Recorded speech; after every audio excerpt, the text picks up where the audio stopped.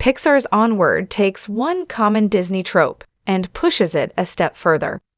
For 88 years now, Disney has been releasing animated films with fantastical stories meant to delight children of all ages, creating a legacy of family-friendly entertainment that serves as its own stylistic canon. Sometimes Disney, or their competitors, will release a film that riffs on that style, but generally the decades have done little to whittle away at the formula first introduced with 1937's Snow White or 1942's Bambi. Whatever struggles the protagonist goes through, they end with a happily ever after moment.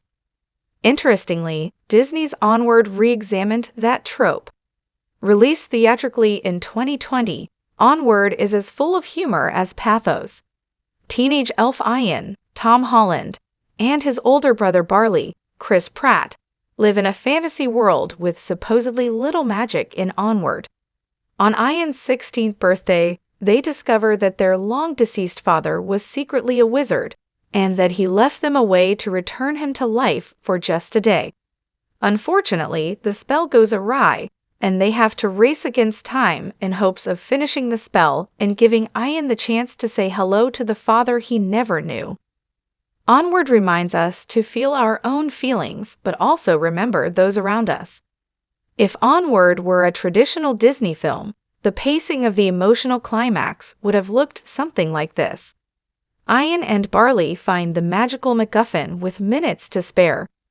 The spell works, and we see their dad's face, alive for the first time in years, looking on at his sons with pride.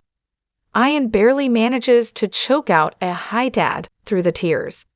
Big wholesome family embrace before the spell ends. Yet that isn't how the film ends, because it was never telling that kind of story for Onward's cast of characters. From the beginning of the movie, Ian is repeatedly frustrated by his older brother's nerdy obsession with fantasy stories and tropes, and yet that frustration blinds him to the realization that Barley is the one who always goes to the mat for him.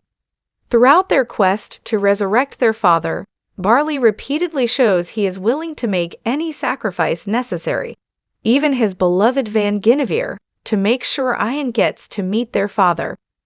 Ian realizes that Barley is the one who has been supporting him his whole life.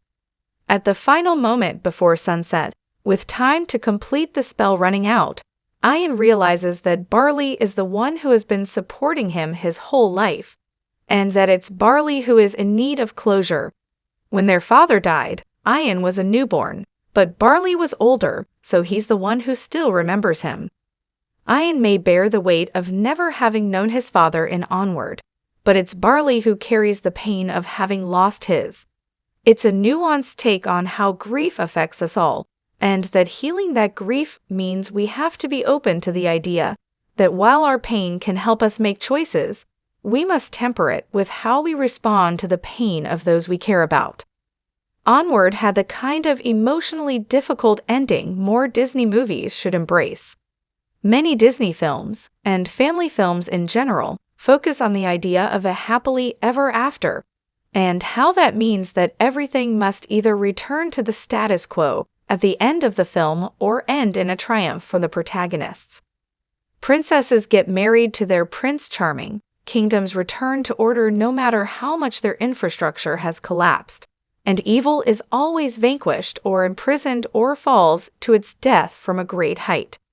But Onward rejects that idea in favor of leaning into the emotional discomfort at the heart of the story.